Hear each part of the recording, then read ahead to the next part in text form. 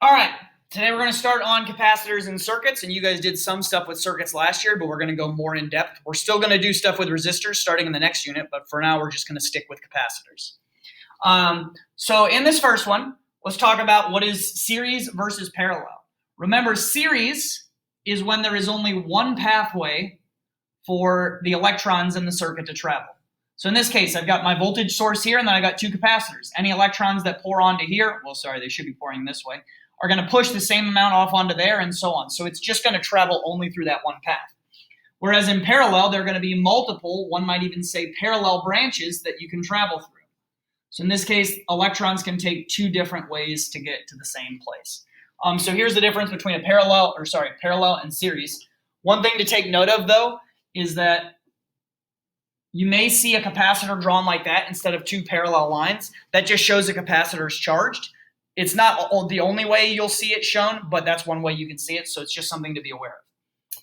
Now, in a series circuit, any electron that flows off of here and ends up on this plate is going to push electrons off of that plate onto that one.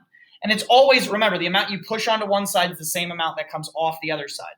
So the total charge in the system is going to be equal to every single capacitor, the charge on every single capacitor in that circuit. And remember, Q equals CV, so for a whole system, Q tote is going to be equal to the total capacitance times the total voltage across the battery. Cool? Now in parallel, they're going to split up. So our total capacitance is going to be equal to Q1 plus Q2 plus however many more there are in the circuit. And this works the exact same way. Q tote is equal to this, but there's a slightly different way to find the effective capacitance. Now for potential difference, our delta V tote, in this case, every time I cross one of these capacitors, I'm going to be losing some amount of potential energy. This is just like with a regular series circuit. So these voltages are going to have to add up. So voltage 1 plus voltage 2 and so on. And then remember, V1 is just going to equal Q1 over C1. And you find Q1 by just coming up here and finding it because it's the same thing as your total capacitance. Then you just divide by the value of your capacitor, and then you know how much voltage is across it. Now over here, this one's a lot more simple. Every single thing, delta V tote, forgetting my deltas, is going to be equal to the voltage across every single capacitor. Because getting from this point to this point, I should have the exact same amount of potential energy when I go from here to here, no matter what pathway I take, they're all going to have the exact same amount. So if you have a pure parallel circuit, no matter what branch you take, you're going to be dropping the same amount of voltage. Now here's the thing that's going to be a little different. So you can either see this as total capacitance or equivalent capacitance or anything like that. But it's just going to show you what your whole circuit would have if you were to simplify it down to a single capacitor. And this may look familiar to you for resistance, but it's going to be flopped. So the way you normally think of resistance for parallel, that's how it is for capacitance with series. The way you think of series for resistors, that's the way you'll think of parallel for capacitors. Let's take a look and see what I mean.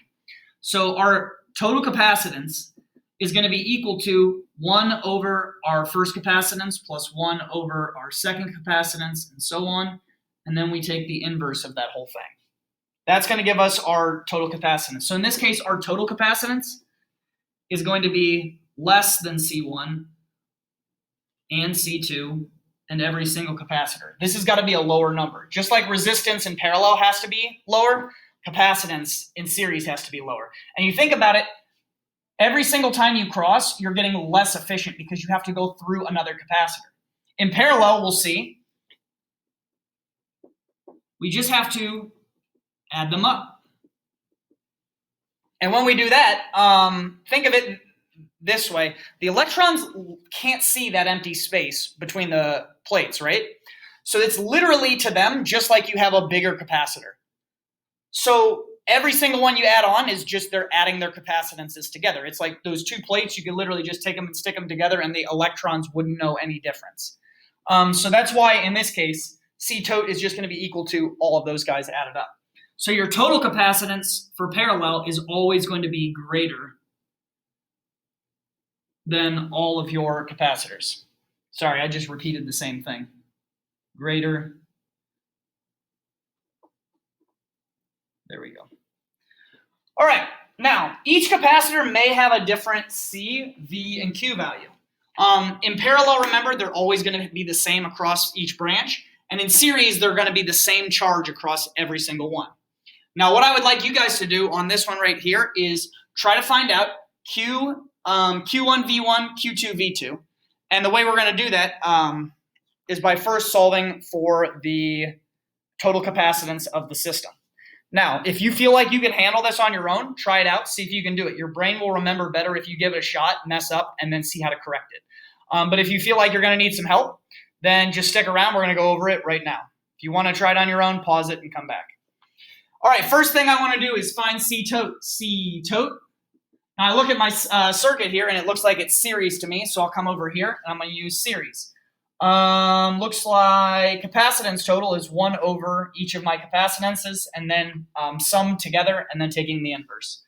So I'm going to go 1 over 0.05 times 10 to the minus 6th plus 1 over 0.10 times 10 to the minus 6th, and then I'll take an inverse of that. When I do that, I get a total capacitance. Thank you for the interruption.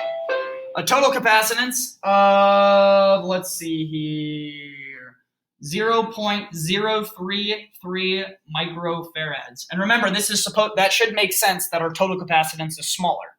We're getting less efficient as we go through each one of them.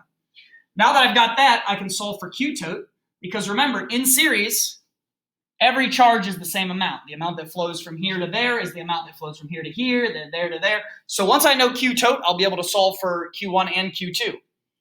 So in this case, Q equals C over V, 0.033 times 10 to the minus 6th, over my voltage, which is 400 volts. And when I do that, I get a Q value of 13.3 microcoulombs. That's the same thing as Q1 and Q2. We just solved, check, check. Now let's solve for voltage. Remember, voltage, V1, is going to be equal to Q over C.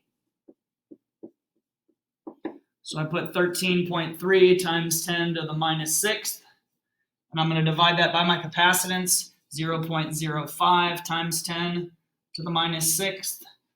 Do the same thing for V2. 13.3, same charge on that one, divided by a slightly higher capacitance. And I bet you can't tell which one's going to have a higher voltage just based off the numbers right now. When I do that, I get 226 volts and 134 volts. Which, look, when we add these up, it should equal 400, because every time we go across, we drop some voltage. We're going to end up with the total when we get back to the battery. And what do you know when you add them up?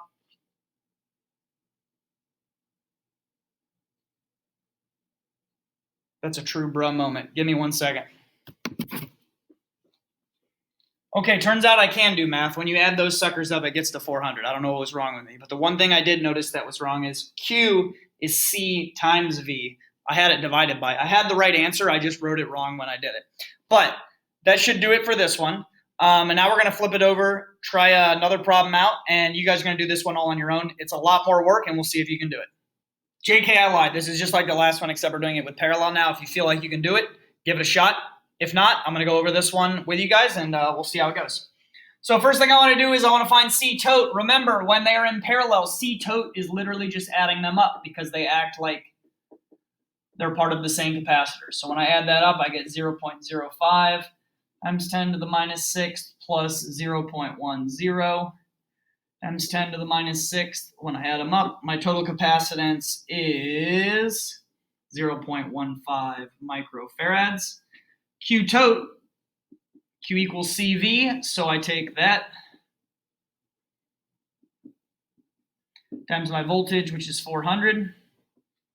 And when I do that, I get a Q tote of 60 microcoulombs. Now, in the last problem, Q is the same on every single capacitor.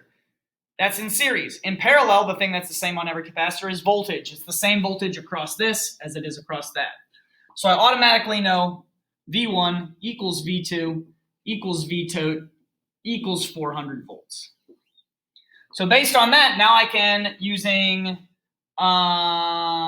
Q here, I can solve for the other ones. Q equals CV.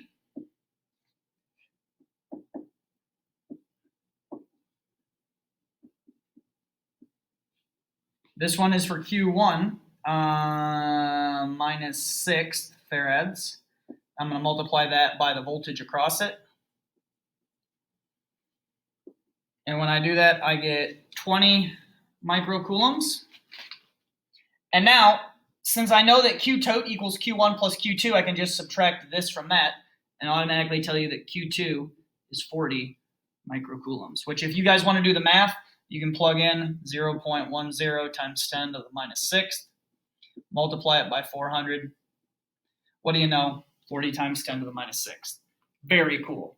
Now I'm going to pause it. I'll be right back. We'll have a super long one that you guys can try out, and then when you come back, we'll see if you were able to apply the skills. All right, here we go. Look at this gross monstrosity. I want you to find Q, V, and C for all components of the circuit.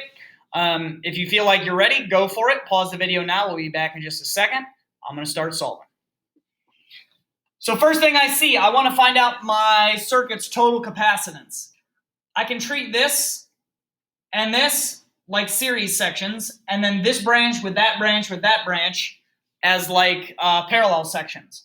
So what I'm going to do is C tote equals, for this series section, I'll treat it like one branch of parallel. In parallel, I just add them up.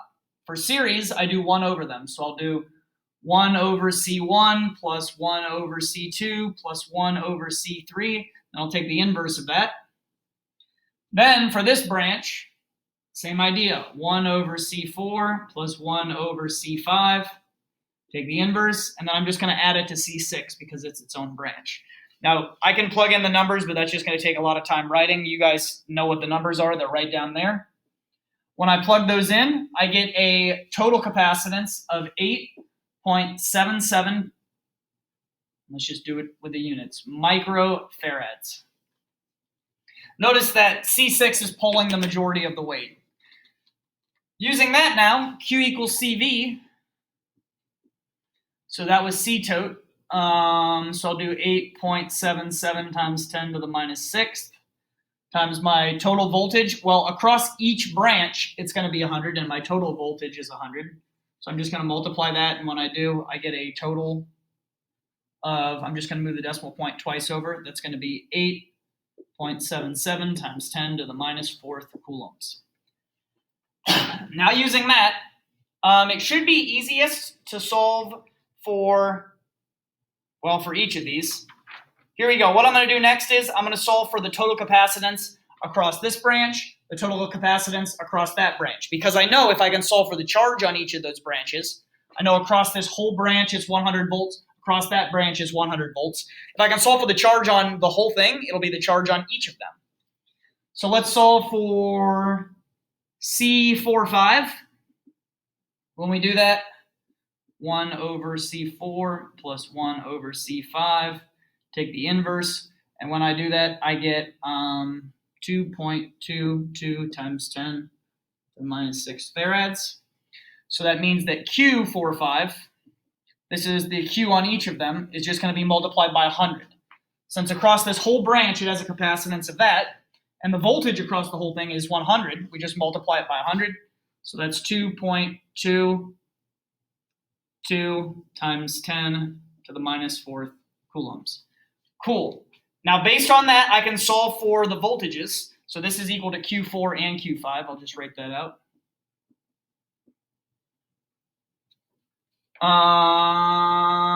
Cool.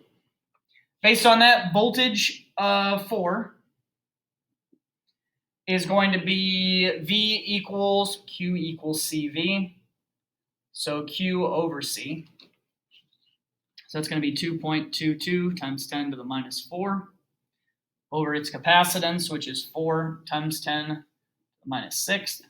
When I plug that in, I get 55.6 volts. And based on that, that means that V5, since it's 100 volts across here and I use 55.6, the remaining amount is going to be 44.4 volts. Cool, cool, cool. All right, so far we found here. Let's just make a chart. Q1 V1, Q2 V2, Q3 V3, and so on and so forth. And I'll just start crossing them off once we find them. We already know V6 because it's just going to be 100. We still have yet to solve for it. Let's see, Q5, V5 we found. Q4, V4 we found. All right, let's keep moving on. I'm going to erase some of this so that we can have some space for the new ones. But it's going to be the same process for solving for Q1, 2, and 3. So I'm just going to erase that here. We're going to do it again. So let's see, what am I solving for? C1, 2, 3. C1 plus C2, 1 over C3. Take the inverse. The total capacitance of that section is 5.45 times 10 to the minus 7th farads. So now solving for the Q across that, and remember this is going to be the Q for each section in it because they're in series. I get Q equals CV. That's my C.